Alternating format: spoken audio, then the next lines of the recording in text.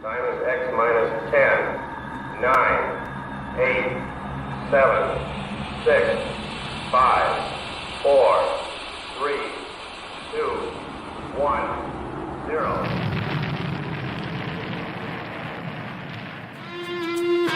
It's the Rocket Hour. Y'all are now tuned in. Time to hit the pick four that you'd love to win. If your money's coming slow, step on the faster track with your host, Ricky Pasternak. Let's go.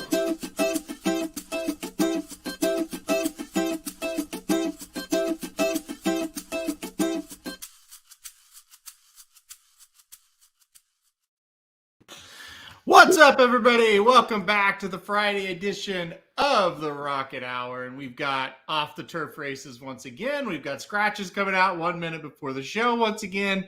You know what? We're here and we're ready still. Ricky, is it still raining in Saratoga? I don't know if it is. Is it still raining or no? I don't know. Apparently, Andy Sterling gave himself a lot of credit for getting the weather right yesterday, but it still poured. I don't know. I don't think it's raining. I hope not. Hopefully, we can stay on the turf tomorrow for everything. So that's the hope. I don't know, to be quite honest.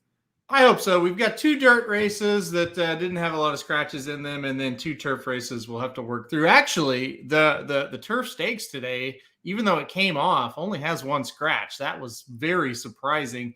And also the turf stakes comes off, and then the sixth race stays on the turf. I didn't understand what happened there either. You text me, I was like, I don't know what's going on here. It's a strange day, right, Ricky? I mean, it's just it's been a weird weather week. Let's call it. The only thing I can guess would be that based on distances, they could change the turf courses, and maybe they could run more on the melon or the inner. I didn't really look into it, but thinking back, that's my guess. I don't know if that's accurate or not, but I don't know. I didn't get it either. If that's not the guess that's accurate, then I really have no idea, to be honest. Yeah, I don't either. Surely somebody will have an explanation, but let's get right into it. You know, I do think, you know, if you watched yesterday, that was not a great card, right? And as my computer's doing all kinds of weird things. That was not a great sequence. Today, I think we got a little bit better sequence. I'll put the banner up now here. I think you can tell by our tickets even that we feel a little bit more excited about today's races. We'll kick it off, though. Race 7, $25,000 claimer going 1 mile and an eighth for 3-year-olds and upward, which have never won 2 races. So all these horses looking to get win number 2 today. The 7 has scratched. Breaking Stone scratch leaves with a field of 7. Kick us off here, Ricky. Yeah, I think again, this is one of those that I guess wasn't too messed up, right? Staying on the dirt. Yep. You actually went a little bit deeper in here, so I guess I have to take the 2 horses I'm going to use. I thought Give Me Some Mo was interesting. We haven't seen this horse on the dirt in quite some time. 2 yielding, I shouldn't say 2 yielding. 1 yielding on the turf, didn't go very well. Then prior to that, starter allowance on the turf, that didn't go so well either. But if we go back to those races, 3 back, I guess that's the only dirt race we've seen in a while, kind of makes some sense and showed speed out of there. Again, this distance doesn't seem to be an issue, at least on paper, whether it's been the turf or the dirt, seems to have been able to cover that distance. I just think this horse makes sense off the drop down in class. It's a starter allowance against some horses, against First Line, who I believe actually ran in a stakes race for Orlando Noda, I believe, last year. Don't quote me on that, but I believe he did. I just think the horse makes sense on the drop down, even though there's not a ton to look at. And then the 8, Moonlight Now, has races over sloppy, probably not that good, but I always think it's interesting, Aaron. We look at riders and patterns and who gets on, who gets off. Joel Rosario hasn't been on this horse, at least in the last 6. That's where I really focus in on. Eric Hansel, Manny Franco, Dylan Davis, Alvarado, Franco. But now it's Rosario, which clearly says to me that maybe someone knows something about this horse. Maybe this horse fits. I could see why you'd want to not use this one. I just think 8-1 makes a lot of sense. I didn't use the 1 at all, so I let you talk about the 1, and I think you're using the 4, I believe, as well. So I'll let you talk about those 2 and touch on the 6 and 8 as well. Yeah, 6 and 8, I definitely think are good uses. I'm kind of curious to see how the 6 runs back on the dirt here after just terrible performance last time out in a race I thought he might be able to win. The 8, for what you said, the Rosario factor. And, Rosario rides when Charlie Baker's horses are live. We saw that yesterday, although I think that horse was just a kind of a freak for the New York breds there. So the 1 and the 4, the 1 is fairly self-explanatory, I think. First off, the claim for Rob Atras. I mean, do you really need to go into it any more than that? He's having a really good meet here. Obviously, first off, the claim is a very good angle for him. One last time out as well in a $30,000 maiden claimer at Belmont Park. I don't think those were the strongest fields you're ever going to see, but I do think the 1, first off, the claim makes a lot of sense. The 4, Scotto, I just think, this horse is going to be one that's going to sit a decent trip here, gets Luis Saez aboard. I see a lot of speed in this race. If the 6 and 8 kind of hook up early, I think the 1 and the 4 are the 2 that are going to sit right there. So I thought I'd give him one more shot here, especially with Saez getting aboard. I thought that was a really good sign. And, sometimes Rudy's horses just kind of pop at times when you don't even think they're going to. So I thought the 4 would be an interesting use. Not a horse I would use if I was going to single. If I wasn't going to single, I should say, later on in the sequence. Maybe this would be the one I would cut. But I do like a horse a lot in the stakes. So I am going to go 4 deep here and try to get that value home. I'm really surprised you didn't use the 1. So I'll let you kind of talk about the 1 and why you decided not to use that horse. Yeah, well, for starters, where did you – I think the 6 is really much better than this group, to be quite honest with you. And I think the odds indicate that, even though the 1 is 2-1. This is one of those where I don't, let me backtrack a touch. You might know the answer to this question definitely better than I would, since I'm posing it, or maybe in general. I wonder how much someone like David Aragona, who I have a ton of respect for, is looking into when making this horse the favorite. Now, granted, it's 2-1 versus 5-2. It's not like it's 6-5 versus 5-2. So let's take this with a grain of salt. But facing winners for the first time, making the move to Atras, which definitely is not a downgrade. It's certainly an upgrade, even though I think we both respect George Weaver. It is what it is. Now going to a sloppy track, I guess the case, makes sense, made in claiming 30 down to 25. That part is accurate. But what would make this horse the favorite to you? That's the part that's interesting to me. I'm not saying the horse doesn't make sense, because he does. I mean, last time, I guess you could throw that one off the turf. Doesn't make a lot of sense. I don't know. I'm looking at this at 2-1 and just very confused. And maybe my confusion leads me to not using him as opposed to using him. I'm not sure. But is there anything to you that would indicate that he should be the favorite based on what we've seen from the 6 against winners multitude of times? No, not really. I just think, Give Me Some Mo, the horse has just not been very good. But I think the horse will actually go off as the favorite because of the class drop.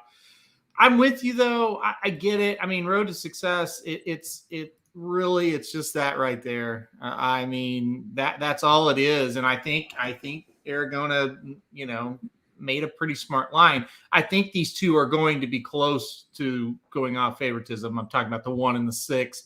So I don't think it's a bad line. I get what you're saying, though. What has the horse done to deserve to be a favorite today? Nothing. He got claimed by Rob Atras. That's why he deserves to be the favorite today. That's the long and short of it. But I know what you're saying. If you think this horse is favored and you don't think he's very good, well, you're not going to put him on a ticket. And I get it. And it's a good reason. I'm like Dennis. Robbie boy kind of scares me a little bit. Dennis had another question. My only question with the 8. So horse might be on the lead or Rosario'd. I don't think either one of us on this show buy into that really. I could go over many horses Rosario has put on the lead and won. Some at this meet. So I'm not really worried about that angle. What about you? If my face doesn't tell the whole story, I have nothing else to add. I'm sorry. It has nothing to do with you because we're in the same boat. My face should answer the question. I'm leaving it at that. All right. Well, we don't want to see that face anymore. So let's go to the 8th race on the card here. Here's a great, and I'll say great one more time, news about the 8th race. There are no scratches. That's right. For the first time all week, we have a race where there's no scratches on the Rocket Hour. $60,000 starter allowance race going 7 furlongs here. The always very tricky distance of 7 furlongs, 3-year-olds and upward. All right, Ricky, field of 10. Where are we going here? Yeah, for the first time, and what seems a long time, we get to cover a race with 0 scratches. I'm sure it happened maybe earlier in the week. I thought this was the one that we had to go deep, to be quite honest with you. We used 3 of the same horses, so I guess I'll start with the horse that, we're going to switch up here a little bit, and that's the 5, Repo Rocks. I always try to avoid Tom Morley horses in the past, but I haven't been able to at this meet. And that's not because I have a personal vendetta. It's just because I don't think his horses are really as good. Sometimes small barns don't run well. Sometimes small barns run well. This is a small barn that's doing really, really well here. I was pretty impressed with his race last time out. He's interesting. I'm not really sure if he likes to come from off the pace or be forwardly placed, but I have a feeling he might sit the right trip here. We have a horse in Jake Rocks who has shown some speed. The 1 has shown some speed. The 2, I think this will set up nicely for Repo Rocks, who is more forwardly placed when there isn't speed. I think this really allows him to sit mid-pack. Irad Ortiz was aboard, maiden special weight 2 back. And then last time out, just did not get a good trip at all here at Saratoga on opening weekend, or was that Sunday, I believe. Just really stalked, was wide, never got the right trip. I truly believe he's a horse that needs a really, really nice trip. I'll give you that much. But he fits here, to be honest. There's one other horse I thought was really interesting, and I'll let you talk about the 7 and the 10. I'm not sure what to do with this 6 horse at all, Mr. Luigi. 10-1 morning line, Antonio Sano. So, which if you guys don't know, that is a true and out Gulfstream trainer through and through. I guess Safi Joseph too was for a while until he moved some horses up here.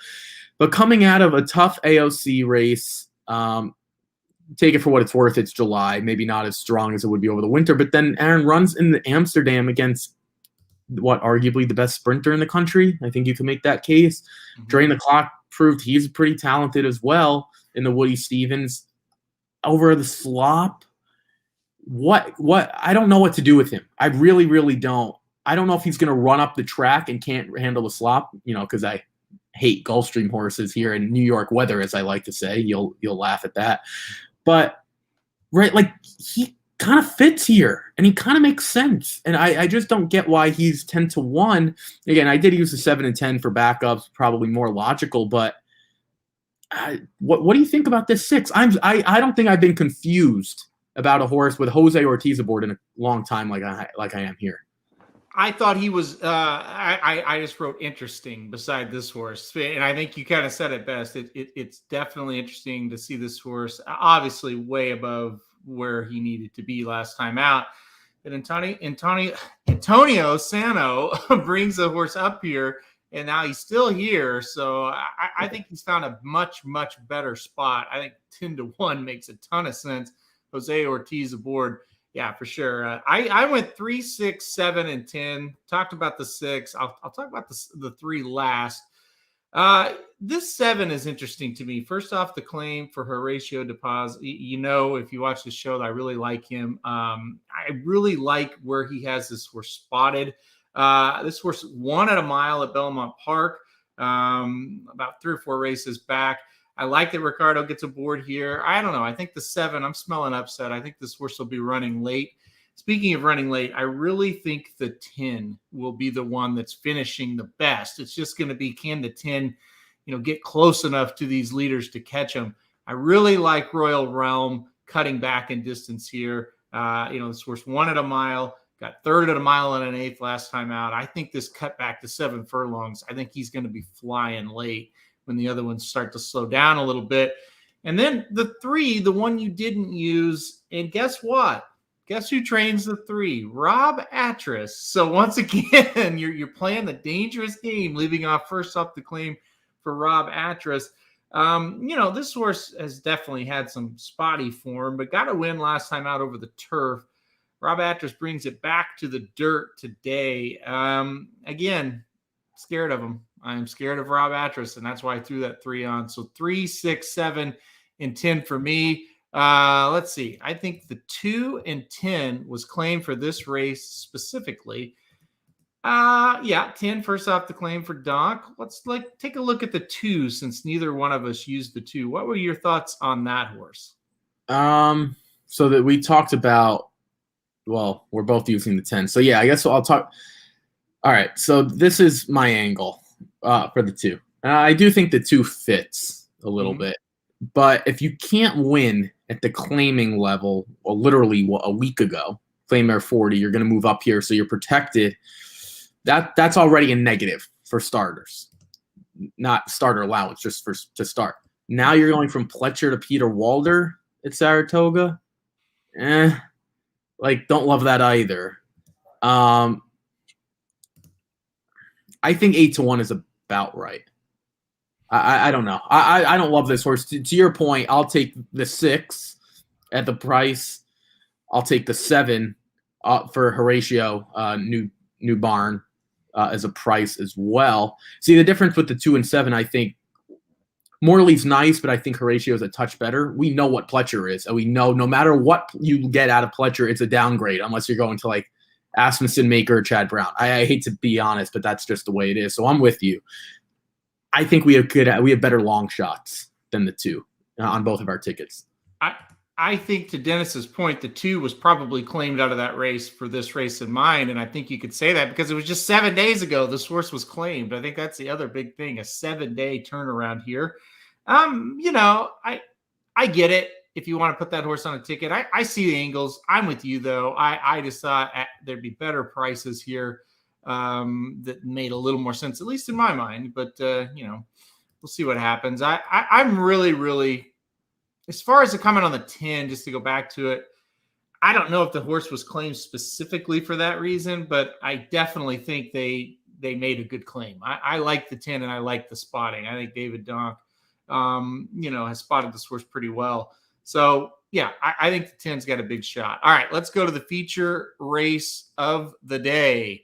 Race number 9 on the card, and it's off the turf. So this race comes off the turf. It is the Skidmore Stakes, $120,000 going 5.5 furlongs.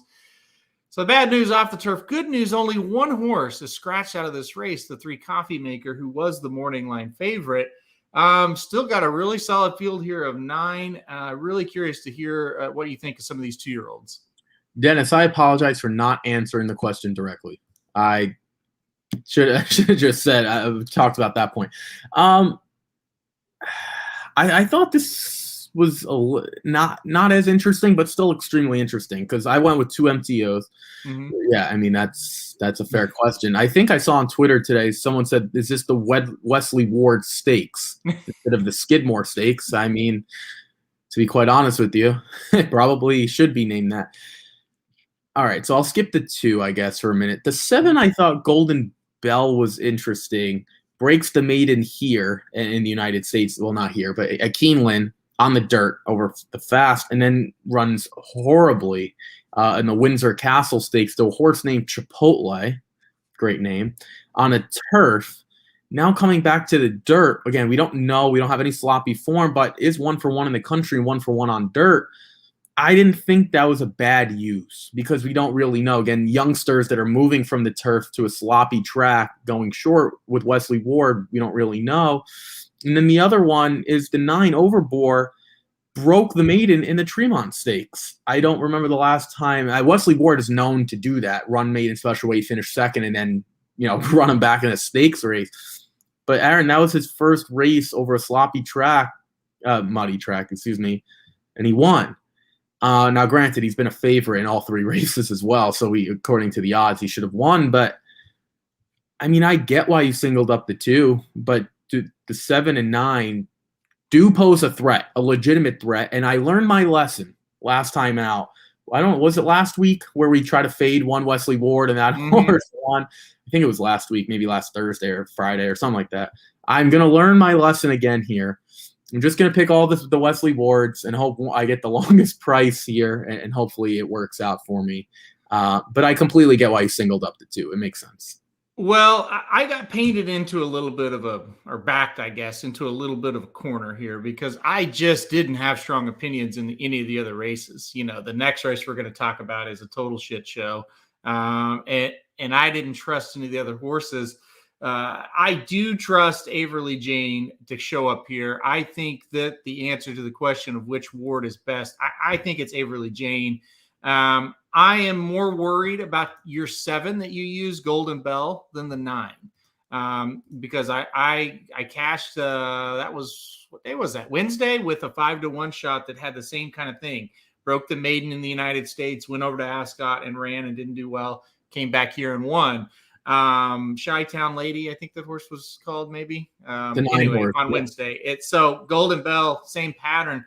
Only difference is Golden Bell just did nothing over there. Like, it was bad. So I'm a little skeptical of that horse coming back, but I agree. And I understand your logic of using the horse, and you know, you took a stand a little bit earlier, so you can afford to go 3 deep here. I can't. I don't think this is a sequence you want to play more than about what we're at, about that $30 to $40 range. So I singled Averly Jane. Listen, broke the maiden super impressively at Keeneland on debut.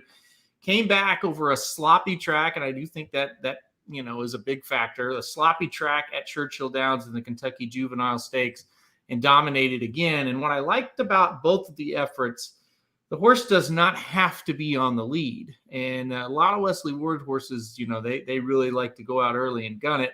This horse has speed, no question, but sat 2 off of a pretty hot pace at Churchill, you know, in that race last time out. And then, you know, wasn't ahead at first call at Keeneland either. So I think that's going to be important because there's a lot of speed in the race. I just kind of think she kind of drafts from the right behind maybe the 1, the 4, and gets first run. So I singled Averly Jane here. Give us your thoughts on Averly Jane. You didn't really talk about her much. Let me kind of have it there. What were your thoughts on her? Yeah, I'm just concerned what she really beat in the Kentucky Juvenile, to be honest, because Vodka and Waters 0 for 5, still hasn't won. The last race, the Tyro Stakes, I believe, at Monmouth, didn't finish the race. So I just don't know what that effort was. Now, it's not her fault. I mean, it's not his fault. Excuse me, whatever, for Wesley Ward to have this horse back in here. I mean, Philly facing the boys, that's another thing. But 2 of his runners are facing the boys. I mean, it's just really tough. The best I could say is I learned my lesson last time out, and I'm completely with you. This is one of those that you kind of backed yourself into a corner, which forces you this way. It's a matter of where did you want to go short, because I went short early on. So if I can get by there with the 6, with the Pletcher, then it just really opens up the door for me. But I'm with you. I think the $32 through $40 range is where you ultimately want to be in this sequence. Going more doesn't make sense. If you had to pick up between the 7 and the 9, which would you go with? I assume you'd be going with the 9 if you had to pick. No, I would be going with the 7, and that's a good segue. I'll throw this up here. Do you agree Ward gives Johnny his best horse? I absolutely agree. And now here's the caveat. I think Johnny Velasquez was on the best horse, the 3. And now that the 3 scratched, I'm a little worried that, yeah, Johnny's on the 7, but it may have just been, hey, that's the backup plan, so to speak. I mean, obviously you could say, well, you could have put him on the 2, but Gaffleone has a record with the 2 and is up here. So I get it. The 3 was my top pick. I totally think that Ward gives Johnny V the best horse. Totally, 1,000%. He's been doing that all year. We talked about it a little bit earlier. We talked about it when we covered Belmont. We're covering 2-year-old races. So I agree with that point 100%. All right, Ricky says, or Dennis says, Ricky, since you're in a great mood, I remember TVG playing a gig called Say Something Nice. Say something nice about the 10 horse, Ricky.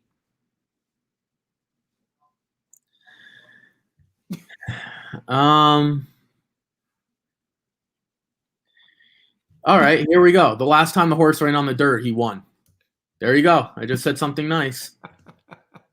I didn't say it wasn't going to be tongue in cheek. I mean, 30-1. Okay. Yeah. I'd be willing to book anyone's bet up to $25 who's listening right now on the 10. If anyone's out there that wants to reach out to me, please do. I'm willing to book your bet at whatever the odds go off at for $25. So that's for people listening only. How about this? What's more likely to happen with the 10? Aaron, I'll throw it to you. Okay. The horse goes off at less than 50-1, or he wins. Because I think 30-1 is the most generous morning line of 30-1 I've ever seen. There's no chance a horse wins, so I'll take the 50-1 idea. You can't feel confident about saying either one. I like this. 8th start for a 2-year-old. This is August 20th. That's amazing. Okay, that's what I should have said. Well, he is to Samich's point, he is the most experienced. To Vinny's point, or maybe Nick, I think that was so I'm not sure which one that is. Yeah, 8 starts in August is mighty impressive. It's a little reminder to, like, Aaron, I know you don't watch, but harness horses. Some of these harness horses retire with like 400 starts. It's incredible. They run literally once a week. Oh, it's Nick. Hey, Nick. Yeah. I don't know. I don't know why I have this. Why do I have to say something nice about a horse I don't like, Dennis? With the 10-day. Oh, Stubble. I was like, oh, all right. Well, I read it as 10-day Stubble. All right. Yeah, I have nothing nice to say about the 10 because I think the horse. Oh, did we want to talk about the 4 a little bit again? Yeah, let's talk about the 4. I didn't use the 4, but let's talk about the 4. I'm talking about the 4. Or you are. Yeah, go ahead. All right. Okay. Where do I start? I used the horse for 4th. I really, really like, first of all, MTO. I think this horse fits definitely running on the dirt, and the MTO part should help. The problem is, do we know who's riding? Let's see if I can figure that out. Unless Jose Ortiz became the most talented human being and is riding 2 horses at once, I'm pretty sure he's not on the 4. So let's get the rider change here. Yeah, I don't know the answer to that, but I'll keep going. I'll talk about the 4 while Aaron gets that. You don't have it listed. Let me go somewhere else. Go ahead. Keep going. Okay, so debuts at Monmouth. Sloppy. I would ask Samich what the excuse was. Or anyone else that wants to talk about the 4. I mean, that horse really should have won. Mind you, lost a horse in Swift Taffer, ridden by Isaac Castillo, I believe, and Jerry Hollendorfer had that one. So Ortiz is on the 4. Okay, so let's rephrase that question. Do we know who's on the 5? The 5 right now. Okay. Irad Ortiz Jr. is on the 5. Okay, so I will admit the 4 is better than the 5. I think the odds are in the okay. So right, the 5 is now Irad. I mean, I don't know. I don't like the lose at the maiden special weight and go to the stakes unless your name is Wesley Ward, and even then I'm very questionable about it. It's interesting. Yes, now everyone's flowing in with Irad. Thank you, guys. I'm sorry, I didn't know it was. I just saw Jose Ortiz twice, and I was like, all right, I don't think he could ride both. The best case I can make for the 4 is that sloppy experience, but then I would make the point that the 9 has muddy experience, which, take it for what it's worth. Some might say it's different. Sloppy sealed. The 2 also has sloppy sealed. So I don't know. I can't make a great case for the 4, but I will say if Wayne Potts is going to win this race, I'd be shocked if it was the 5. So I'll just leave it there. Which one did Tyler take? You can say the same thing about the 2 and the 8, which is the better question. Tyler's on the 2. The 8 is now ridden by Luis Saez. So pretty good backup plan there to get Luis Saez aboard. But yeah, so Tyler chose, I guess, the 2. How do we think this works? I'm not again. I know we got to be out in like 20 minutes. Fine. I'm just gonna make this. Maybe you'll know. Time. Go on. Plenty of time. No. I just want to ask this question. Maybe someone else knows. For example, Tyler Gaffalione is listed on 2. He's listed on the 2 and the 8. To Aaron's point, you just mentioned that. When you're listed as both, how does that work? Do you have to make a decision? Are you automatically? Because I would think Jose Ortiz, for example, is like automatically on the 5 because that horse was originally entered, isn't scratched. Apparently, he gets to choose. Like, how does that work? I really don't know. I'm not trying to be stupid. I genuinely don't know because I would have thought Jose has to be on the 5 and Tyler has to be on the 8. That's the way I thought it would work. But in this situation, I guess not. Now, each track may be different. Okay. So I don't know this to be a fact for how it works, but I know at certain tracks you have priority 1 and priority 2. And you make that established and known to the racing office that, hey, this is number 1 and this is number 2. And then when the scratches happen, they can adjust. Now, I don't know how that works. I don't know if it's the same at every track, but I know some tracks that I've been involved with that's the case. Well, so Samich says it too. So you have to list an A or a B, and I said a 1 or a 2. He says A or a B. Same thing. Same thing. Okay. Yeah. So MTO, they list 1 or 2. Yeah. So I don't think it's public. You don't have to make that public knowledge, but you have to make it known to the racing office what you want to do. Okay. So here's another question. I would say each track can make that public knowledge. Like Dennis, you're saying that it's listed on the overnights. So some tracks may make that public knowledge. I don't think all do, but yeah, you have to have that clear to the racing office before the scratches come in. And I've asked some stupid questions. I thought that was a fair question. No, I don't think that was a dumb question at all. No. And then the other question is, for example, if Tyler, something opens up and it says rider TBA, to be announced, obviously, TBD, whatever, TBA, can they pick someone who's still in that race? So, for example, say the 2 had a TBA to be announced. We don't have anyone listed. Can Wesley Ward pluck someone else from another horse, or once that horse is listed with a rider, they have to pick someone from someone who wasn't already listed? I don't think you can take somebody that's already has a mount. Now, again, each track may be different. That's the thing about racing. Everybody has different rules. Where I've known about, no, I don't think you can take away somebody that already has a mount. That could change from track to track, though. Again, I'll throw that out there. I thought we're learning here. Those are fair questions. We have a jockey? Yeah, if anyone's a jockey agent on the call, I'd be more than happy to kick myself off and you can come on. I don't care. That's fair. I've never really seen it. I always thought it was you get the original and then the MTO or the AE. That's your second. I guess it's the other way around, which I didn't know. So okay. Well, for example, if the MTO doesn't run, then your 1's out, and then you just go to the 2. So if that MTO is your number 1 choice, you certainly need to list it as number 1. Right. Exactly. And sometimes we'll see. Like, there are a lot of different situations. You could have a 1 and 1A, or I guess, in a 1X too, whatever. But 1 and 1A, and the same rider's listed twice. Yeah. In that situation, more than likely 1's going to be scratched out of there. Right. Unless it's an MTO.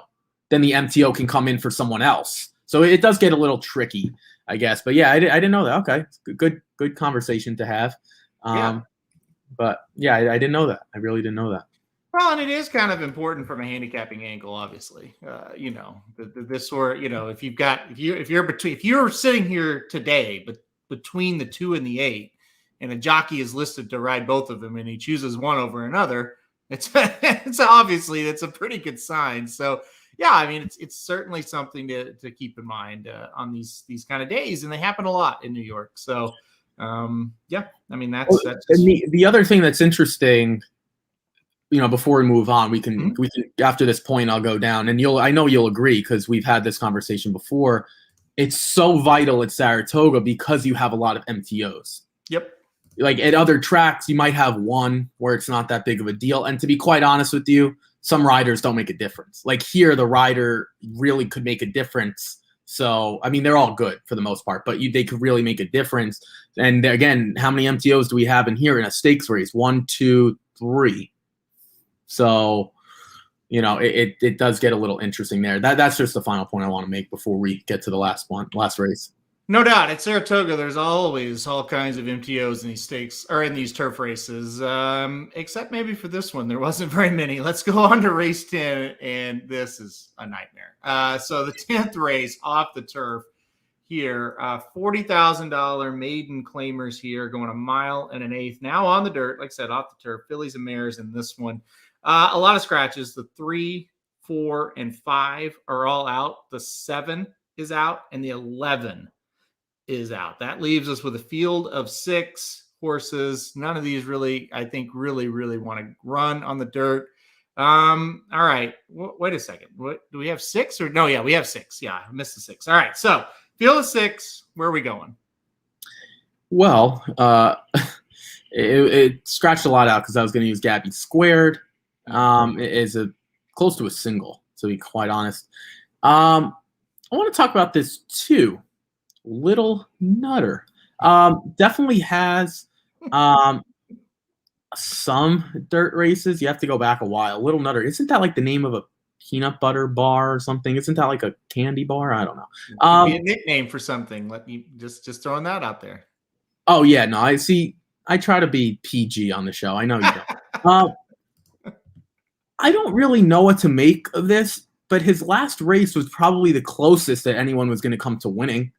Now, I know that was on the turf, and I know that was at Belmont, but if you look at some of the others, the 6 has a nice race as well, at similar to this level, but that was pretty good, and it seems like this too, Little Nutter, is getting a little bit better. Seriously, ever since he made the move to Rob Caceres, I don't know if Rob is that much of an upgrade over John McAllen since Rob's horses haven't been running, but I am interested in this one, and I think she'll show a little bit more speed as well.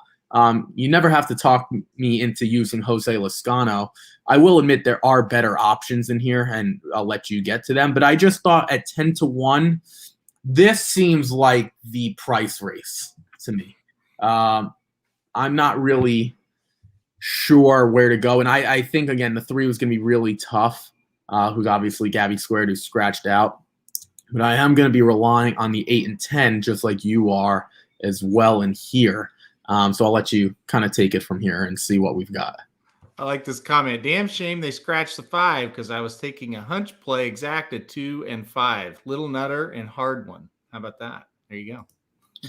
Yeah, that wouldn't have been for me. I would have made sure not to use one of the 2, but oh, Dennis, he doesn't get our jokes. All right.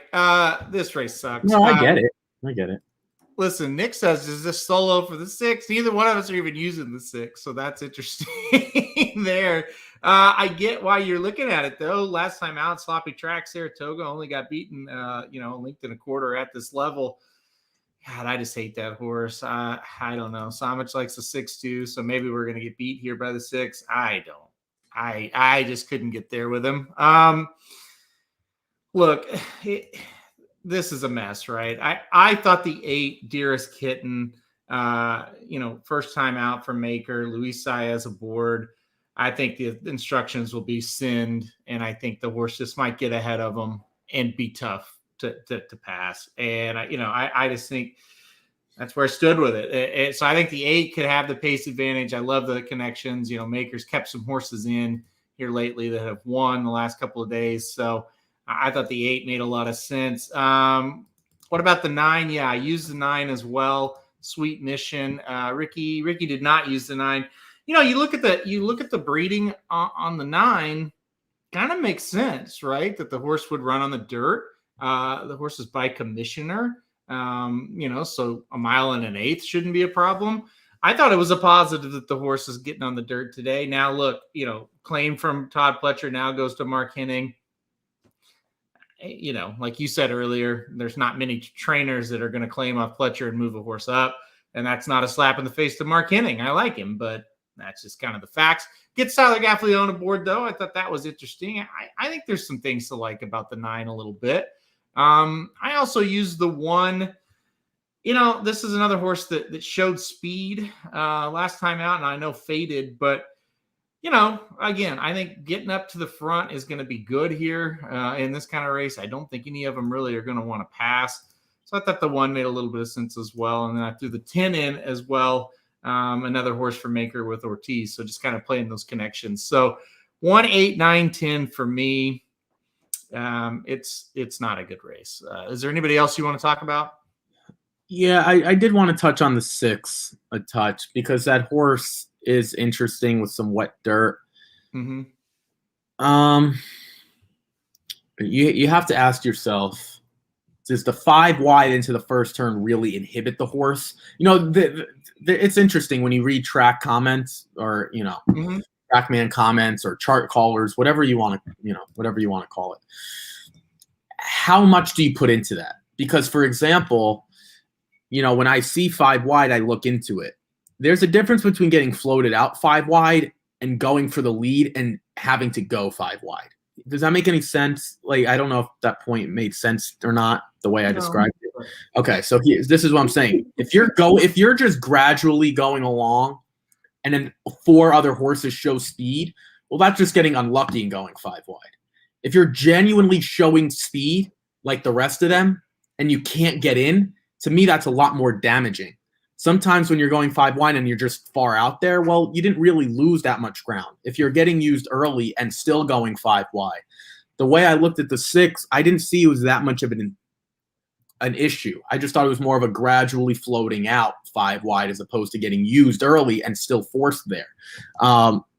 With that being said, the 6 does make sense. Better dirt horse. I don't really know what the excuse was last time out, and this horse has had way too many opportunities at this level for me. Is that kind of where you went with the 6? Not when, but is that kind of the reason you didn't use that horse? I mean, obviously, I think he's a player, right? But why I ultimately didn't use him. It just feels like a horse that 99 times out of 100, you're not even going to give him a second look. And it's just like, because of what's happened here, because of the conditions, it's like, yeah, I think I think she's got a shot, but really she's just kind of trash, and even though the conditions do kind of set up, if she's going to win, it's today type of thing. I've been burned by using those horses before. It's like, yeah, but today's the day, like everything's perfect, and she's just kind of trashy. So I didn't love her here. I just didn't. So I'm with you. You don't have to talk me into that one. Has the best dirt numbers, yeah, but they're horrid. That's the thing. Like, surely one of these Maker juiced up horses can run faster than her. That's kind of where I landed, if we're going to be like honest about it. Yeah, her numbers are great because there's not any other numbers in the race, hardly. Your numbers might be better than the rest of them, Ricky, as far as dirt performances. This is dreadful. Somebody has to beat if nobody beats this horse, it's like somebody's got to be able to run better than her. That's where I'm at. If no one can beat the 6, we're essentially saying that no one will ever win a race in this group. Which could be possible, to be fair. Well, this is why, for the longest time, I've said I hate when sequences end this way. Yeah. Granted, it's not going to be a stakes race, but could we get like some claimers at least? Horses that have shown they can run? I mean, no matter what, based on what we've seen, I don't think there's one horse that you can make a legitimate case out of that they could run and win a race at either Belmont or Saratoga if they win here. Now, if you were to drop them into a Charlestown race, sure, I'm sure they could win there. Or a Gulfstream 6250, I'm sure they can win there. None of these horses can run at Saratoga, Belmont, Churchill, Keeneland, like the premier, definitely not Kentucky Downs if they're turf horses. So it's like, what are we ultimately doing? We're just, it's like, I don't really want anyone out of here anyway. And the 6 is over 1,000. I have no interest. So Oh, we're just throwing horses in the last and having a little fun. That's what we're doing. Even if this race was on the turf, it's kind of a scramble as well. So that's just what it is. It is what it is. So here's a question. Aren't you worried about the turf horses not being able to run at all on the dirt? Sure. The difference is I know the 6 can't run. So you just take a flyer. I mean, listen, we're honest on this show, and that's what you do. You look at the 8 and you go, okay, first off's claim for Maker. Luis Saez aboard. Horse is going to have speed. Maker's not just leaving him in for no reason. Horse will probably be all right. You look at the 9 and you go, well, the horse is bred for the dirt at least. We don't know. You have no idea if the horse can run on the dirt or the turf.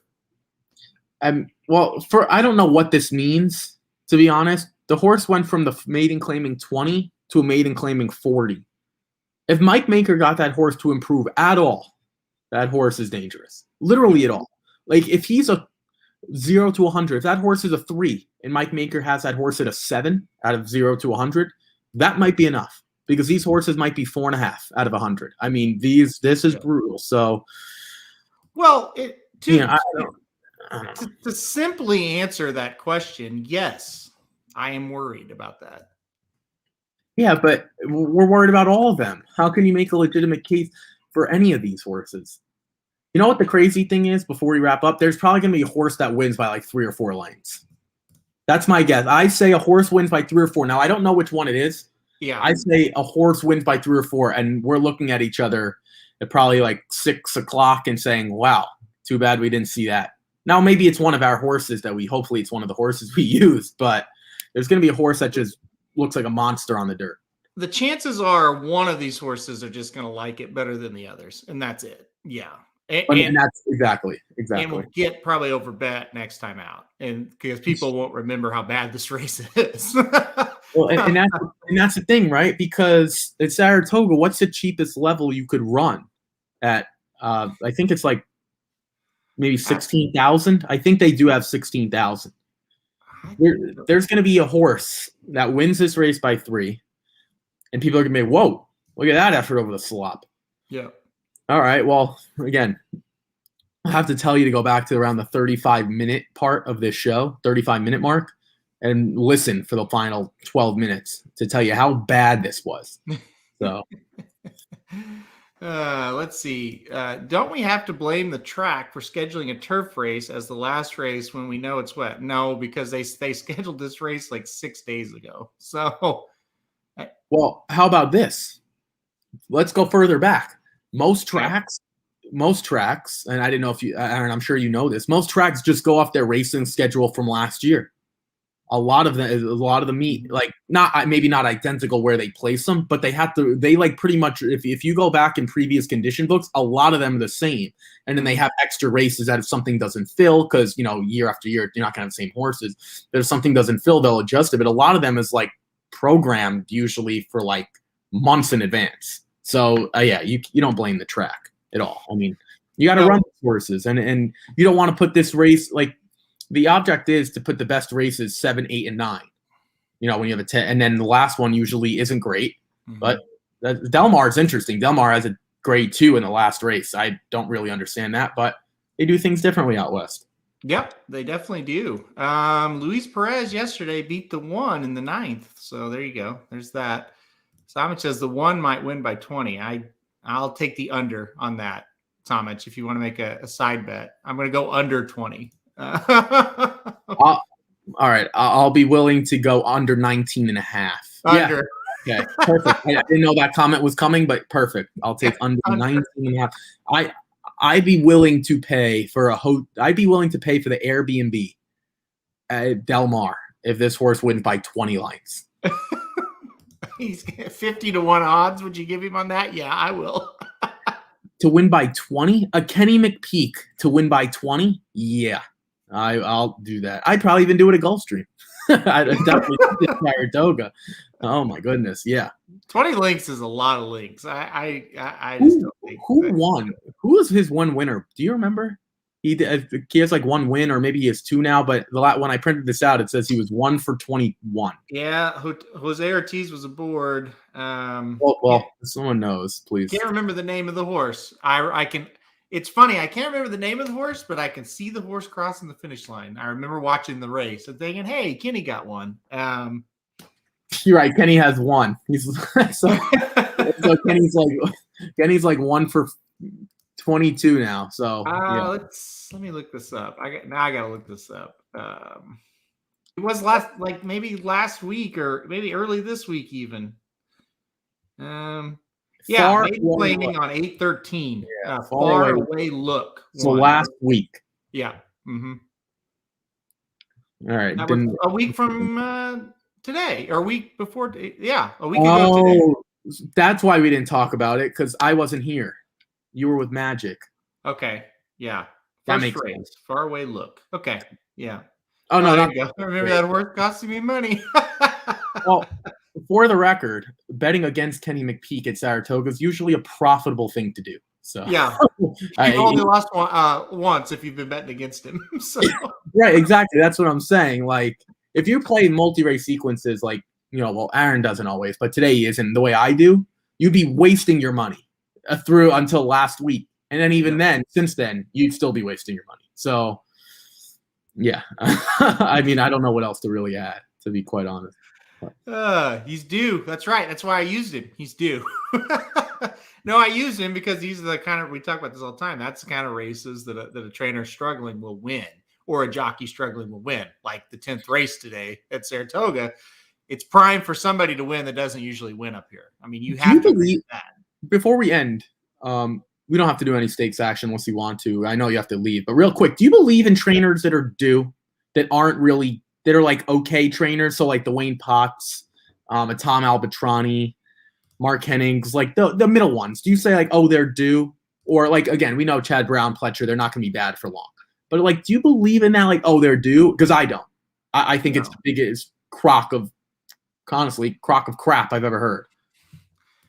I think it's just, they're not so much due as it's just, well, law of averages. You're going to win one eventually.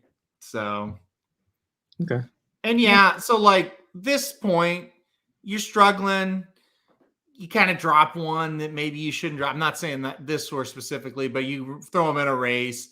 You kind of get a little more aggressive with how you spot them as far as trying to drop and get a win. So, I mean, just, oh, they're due. They haven't won in a while. No, but a good trainer will kind of adjust what they're trying to do.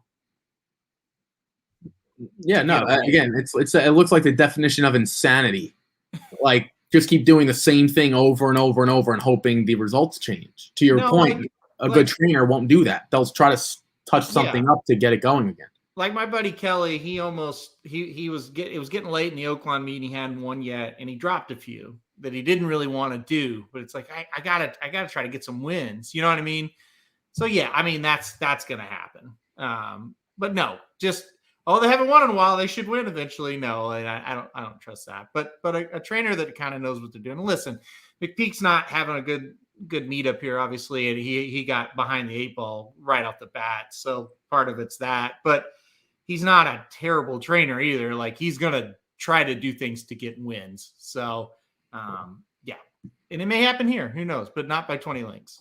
Yeah, well, I thought you had. I'm gonna stop because I thought you had a heart out. So I do, but I just enjoy you talking to everybody and you. So I'm just here on borrowed time. I'll say. So go ahead though. Recap your ticket, and we'll get out of here. Yeah. So race 7. I'll just start with the 6 and 8. I think the Pletcher's the best. But the 6 Pletcher horse. But I think the 8's interesting. Aaron used that one as well. I went 5, 6, 7, 10. I'm really interested in some of these longer shots, the 6 and the 7. Mr. Luigi in full court press. We'll see. That horse, the 6, ran in the Amsterdam, so we'll find out if he fits there. And then I went with the Wesley Ward runners. 2, 7, 7 and 9. Yeah, excuse me. It's the Wesley Ward Stakes, and I hope one of them wins. Hopefully, the longest price helps me out. And then the last one, I went 2, 8, and 10. One of these horses has to run decently on the dirt. Hopefully, it's one of those 3. And that's it for the weekend here. 2x4 by 3x3 is $36 ticket for me. Races 7 through 10. Yeah, we're just going to take a shot with the Wesley Ward runner for me in the 9th race. I'm singling number 2, Averly Jane, and spreading around her. 1-4-6-8 in leg 1 for me. Just thought that was just kind of a weird setup of a race. Race 8, 3, 6, 10, or 3, 6, 7, and 10. Throwing out the 7-2 and the 4-1, the two shortest prices on the board. They're trying to get a price home there. With some long shots. Averly Jane, like I said, the single for me. Again, I am worried a lot about that 7 as well, though. So if you want to go shorter in other legs and add the 7 there, I don't blame you. And then in race 10, it's a wide open affair. I'm just hoping one of these horses that I'm picking here can get to the lead and hold on. 1, 8, 9, 10 for me. 8 would be the top choice with Mike Maker, first time out for Mike Maker, getting Louis Sai as a board. So $32 ticket for me, $36 for Ricky. And like I said, I think $30 to $40 range for this pick 4. That's probably right where you need to be. I think that makes sense. So, all right, Ricky, that's going to do it for us. Go ahead this weekend. That do it for us. Go ahead and you have 1 point. Go ahead. No. One question for you, real quick. Yeah. Alabama winner tomorrow. We can keep it real short. 1 sentence. I pussed out. I did Malathot. I just couldn't get behind Army Wife enough. I don't like Maracuja. Clairiere I toyed with for a long time. I used Malathot, Army Wife, Clairiere, but I went Malathot on top. Just keep an eye on a couple long shots. The 1, Crazy Beautiful, and the 5, Played Hard. Heard it here first.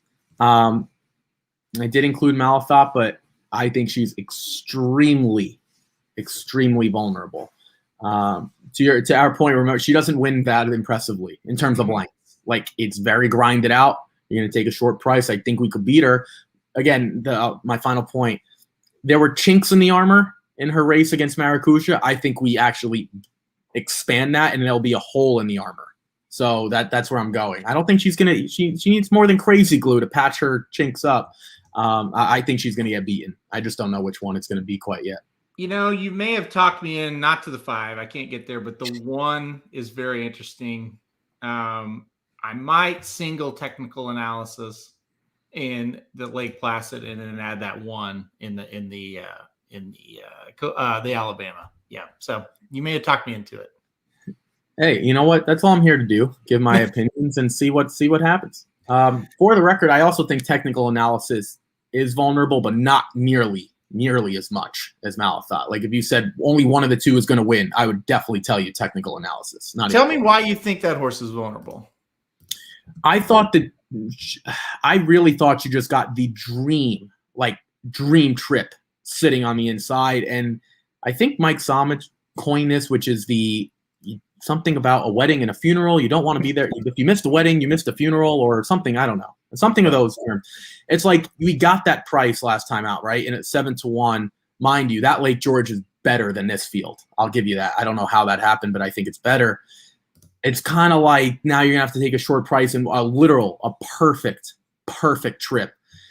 We'll see if she gets that again. She's going to win. I thought Spanish Love Affair was interesting running against Santa Barbara last time out in Cone Lima, some different horses. But I'm with you. Don't go to the funeral. There we go. I knew it was about a funeral and wedding, something like that. Again, I think Technical Analysis at 6-5 is much more likely to win than Malathot at even money, for sure. Like, I don't even think that's a conversation. This is like a touch vulnerable. I think Malathot, like the whole gaping hole, vulnerable. So I'm with you. If I had to single, definitely Technical Analysis in the sequence. Not even close.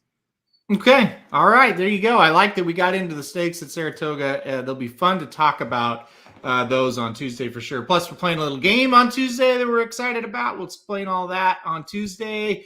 Ricky, I haven't told you yet, but rumor is there's a live stream happening for the Del Mar races on Saturday. So the rumor's true. It is going to happen. We're also going to talk Remington Park in between the Del Mar races. That's the only way I would say that we could do it. So we got Remington and Del Mar we're going to cover tomorrow. Make sure to tune in for that if you're up. It's going to be kind of fun because it's kind of later at night. I mean, I think it's 8 o'clock on the East Coast. We're going live. So we'll be drinking. We'll be watching. I think there's a preseason football game and obviously Del Mar and Remington. So excited for that.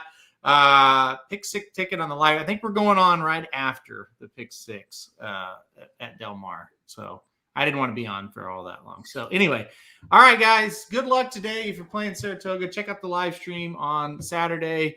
And yeah, good luck all weekend as well. Hopefully we catch a lot of winners.